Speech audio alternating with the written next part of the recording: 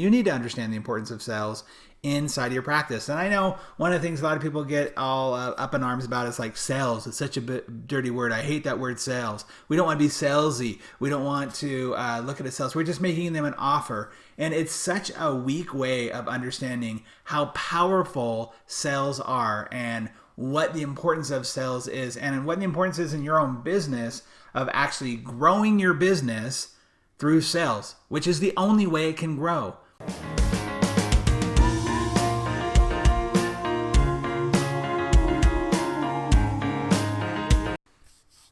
All right, everybody, how you doing? I hope you're doing amazing today. I want to talk to you real quickly about sales. And you know me, I'm going to talk about that a lot. I've talked about it a lot already. I have my sales mastery program with some of your TCs that have been out to it. If they haven't, you need to get them out to it. If they've been, they need to come again because it's always changing and always growing. And they definitely need refresher courses. I had somebody respond to me a couple of weeks ago about how they sent their TCs out and it didn't change them. Didn't do anything. I was like, well, are you having them implement the things that they were told to implement? Are you asking them to be better salespeople? Are you setting goals for them? Are you involved in the TC sales mastery group that goes on for 6 months after the program that you could have been involved with for a very small investment? Listen, they're not going to do it naturally. You need to help them understand the importance of sales, and you need to understand the importance of sales inside your practice. And I know one of the things a lot of people get all up in arms about is like sales. It's such a dirty word. I hate that word sales. We don't want to be salesy. We don't want to look at it sales. We're just making them an offer. And it's such a weak way of understanding how powerful sales are and what the importance of sales is and what the importance is in your own business of actually growing your business through sales, which is the only way it can grow. I was at an office this last week where they were like, well, you know, we're really focused on our marketing. We just know if we can get more people in the door, then we can actually grow our business. And I said, no, you can't.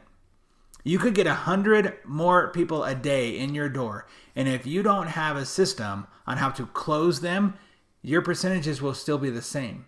You will not expand your business. You're just going to get more problems and more people coming in and rejecting you.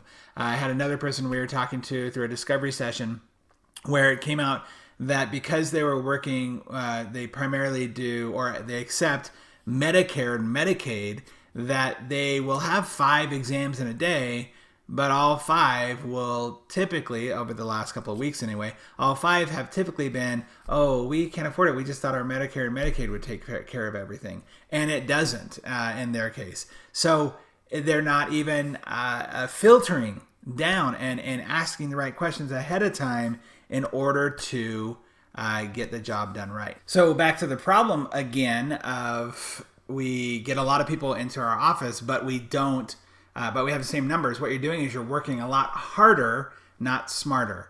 And that's what a lot of people end up doing, right? Especially in sales. It's like, well, I'm doing all this work and we're seeing all these people.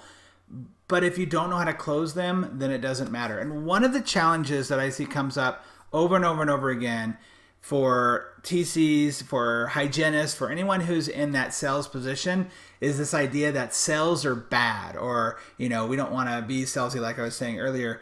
And there's a great video I'm going to play for you right here. You can also go to YouTube and just search are sales evil or is selling evil? And you can actually check it out there. I'd highly encourage you to show your whole team this. Oh, all right. The video is called Is Selling Evil? It's by a guy named Joe Polish. He's just speaking, and then there's an animation that was done around it to talk about how selling is not evil and how it's actually an honorable thing. It's 3 minutes and 55 seconds long. I'm sure you'll enjoy it. Is selling evil? Well, my favorite definition of selling came from my very dear friend, Dan Sullivan, who is brilliant. And he said that selling is getting someone intellectually engaged in a future result that's good for them and getting them to emotionally commit to take action to achieve that result. So if you just look at that definition, it's profound. Getting someone intellectually engaged in a bigger future that's good for them and getting them to emotionally commit to take action to achieve that result. Well, if you take out the word good for them, then selling could be evil. Okay, meaning Martin Luther King got people intellectually engaged in a future result and got them to commit to take action. Mother Teresa did. John F. Kennedy did. Well, so does every salesperson on the planet. So did Hitler. Hitler got people intellectually and emotionally engaged in a future result that murdered people. Wasn't good in that standpoint. But saying that selling is evil is like saying oxygen is evil. Oxygen is bad. The human body, no organism could survive without oxygen. No business can survive. No country can survive. No economy can survive and be free without sales. Sales is the oxygen that makes all of it work. You eliminate salespeople, you've eliminated the entire sales force. Most people learn what it is they know about cars, about financial instruments, about plumbing, about anything more from salespeople than they do from school. It's the salespeople that are incentivized to actually sell a product or service because they might actually make some money or commission that are out there educating people about it. Think about all of the things we know in our life that we learned about because we went to a store and someone told us about it.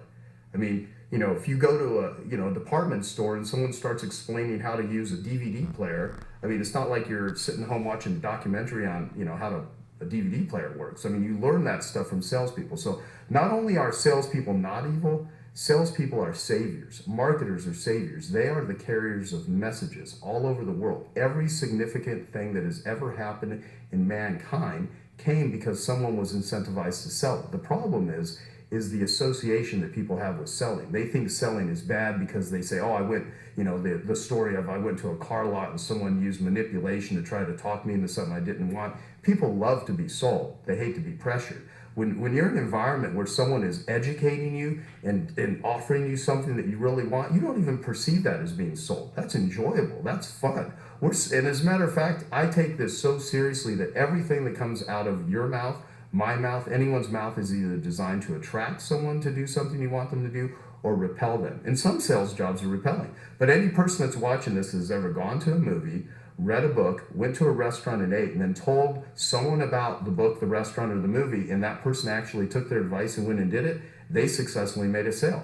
People sell all day long. The problem with people saying anti-selling is they're selling themselves on the fact that they can't sell. What's going to happen in the world if somebody doesn't sell and market it? Where would the jobs be if there was no incentivization for selling and marketing? It'd be a dictatorship. It'd be communism. I mean, that's not the world I want to live in. So selling absolutely is not evil. Can you use techniques and methods to manipulate people? Yes, of course you could. I mean, is a gun good or bad? Well, a gun could be used to hunt or self-defense, or it could be used to kill people or to rob people. Well, any sort of technique can be done in the same way, and not just selling. But selling just seems to get a bad rap, mostly because people that don't know how to do it are the ones that always talk down about it, not realizing that everything that exists in the world that they probably benefit from light bulbs to carpets to chairs to cars to music they listen to, some salesperson was incentivized to create it.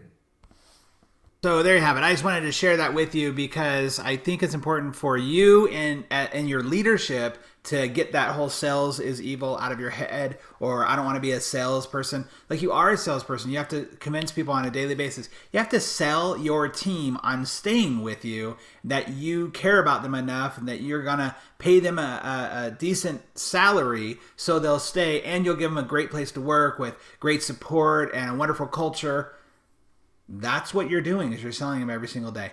So if we're not thinking about this, if you're in the program, in my core program, and you look at the second part of the core program, the first thing I talk about is a culture of sales. Is how do we create a culture of sales in this process before, during, and after they come to you?